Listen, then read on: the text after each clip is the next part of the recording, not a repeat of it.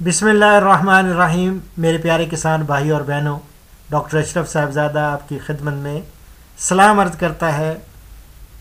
اس وقت میں آپ کو برائلر فارمنگ کی حفاظتی ٹیکوں کا پورا شیڈیول بتا رہا ہوں. پلیز نوٹ کر لیں، نوٹ فرما لیں. وہ حضرات جنہوں نے برائلر فارمنگ شروع کرنا ہے یا چلا رہے ہیں، یہ پہلے سے ان کو علم ہونا چاہیے کہ ان کو پہلے دن سے ہی آپ نے پہلے دن آنکھ میں قطرہ ڈالنا ہے، یا ہم سپرے کر دیتے ہیں ان چھوٹے ایک دن کے چوزوں پر. یہ کس چیز کا؟ یہ متعدی کھانسی کا، اس کو کہتے ہیں آئی بی وی. یہ ویکسین کرنی ہے، آئی بی وی یعنی H120. یہ آئی بی وی کا آنکھ میں قطرہ ڈالنا ہے. پھر 5 دن کے بعد رانی کھیت کا، پہلا تو متعدی کھانسی کا اور دوسرا رانی کھیت کا. رانی کھیت کا ہے این ڈی وی کا، یہ ویکسین کرنی ہے، یعنی آنکھ میں پھر قطرے ڈالنا ہے. یہ 5 دن کے بعد اس کو لاسوٹا بھی کہتے ہیں، لاسوٹا، ٹھیک ہے. اور اگر نہ کیا تو سوٹا پڑے گا، لاسوٹا، ٹھیک ہے. اور 8 دن بعد گمبورو کا، آئی بی ڈی گاڑی کا نمبر نہیں ہے اسلام آباد کا، آئی بی ڈی یہ ویکسین ہے گمبورو کی، اور یہ بھی آنکھ میں قطرہ ڈالنا ہے. اور پھر اس کے بعد یعنی پہلے دن، 5ویں دن، 8ویں دن، اس کے بعد 17 اور 18ویں دن، 17ویں یا 18ویں دن آپ نے ہائیڈرو ویکسین، یہ ہائیڈرو پیریکارڈیم ہوتی ہے، یہ آب قلب کی بیماری ہوتی ہے، تو hydro vaccine H P S کہلاتی ہے یہ ویکسین. یہ آپ نے زیر جلد اس کا ٹیکہ لگانا ہے. پہلے تو پہلے دن، 5ویں دن اور 8ویں دن آنکھ میں قطرے ڈالنے ہیں، اور 17ویں یا 18ویں دن، جو 18ویں دن ہے وہ آپ نے زیر جلد ٹیکہ لگانا ہے. اور اس کے بعد 21 اور 22ویں دن آپ نے گمبورو کا پھر ویکسینیشن کرنی ہے، یہ آئی بی ڈی کی، جس کا آپ نے 8ویں دن قطرہ ڈالا تھا نا آنکھ میں ان کے. اب وہ 21ویں اور 22ویں دن آپ نے گمبورو ویکسین پانی میں ملا کر پلانی ہے.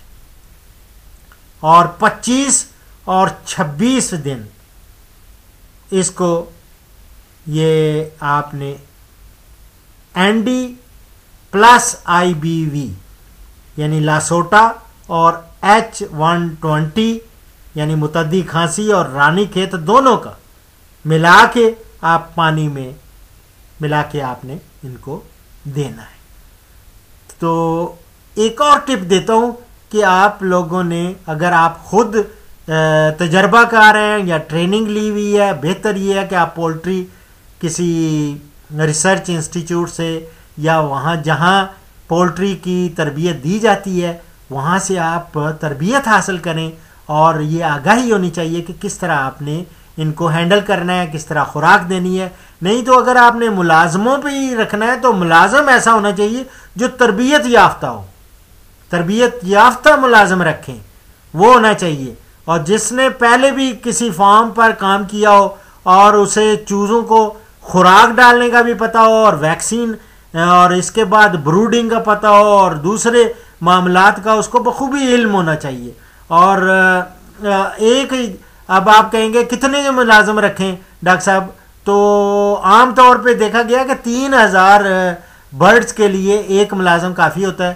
تو اگر آپ نے 6000 پرندے رکھنے، 7500 پرندے رکھنے ہیں، یعنی 7500، تو ان کے لیے تو 2 کافی ہیں. اول تو 5000 کے لیے بھی میں تو کہوں گا کہ ایک ہی کوشش کریں، اسی سے اس کا اگر ٹرینڈ ہے تو ایک ہی کافی ہے. اور خود بھی تو آپ کام کریں نا، بالکل صاف بن کے نہ رہیں، اور جو خود بھی جب کریں گے اور ایک تو ثواب کمائیں گے، اور دوسرا یہ ہے کہ آپ کو فائدہ بھی ہوگا، اور کاروبار وہی ہوتا ہے جس میں خود کیا جائے، اور خود اس میں یہ نہیں کہ سوئے رہیں، سونا نہیں ہے، یہ جانور یہ آپ کی اٹینشن مانگتے ہیں، یہ 24 گھنٹے آپ کی اٹینشن مانگتے ہیں، اور اٹینشن رکھیں ملازم کو بھی اور خود بھی دیکھیں، اور گھومتے پھرتے رہیں، دیکھیں کہ کیسے یہ وہ پل رہے ہیں۔ اور اس کے ساتھ ہی میں اس پروگرام کا اختتام کرتا ہوں۔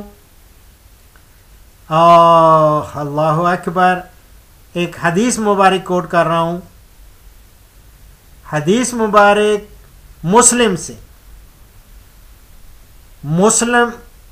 مسلم سے ہے، اور عنوان ہے مسلمان پر ہتھیار اٹھانا اور دھوکہ دینا۔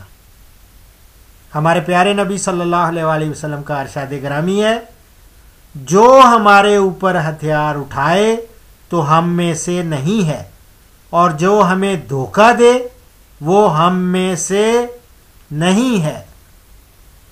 اسی کے ساتھ ڈاکٹر اشرف صاحبزادہ آپ سے اجازت چاہتا ہے اور دعاؤں کی درخواست کرتا ہے۔ فی امان اللہ۔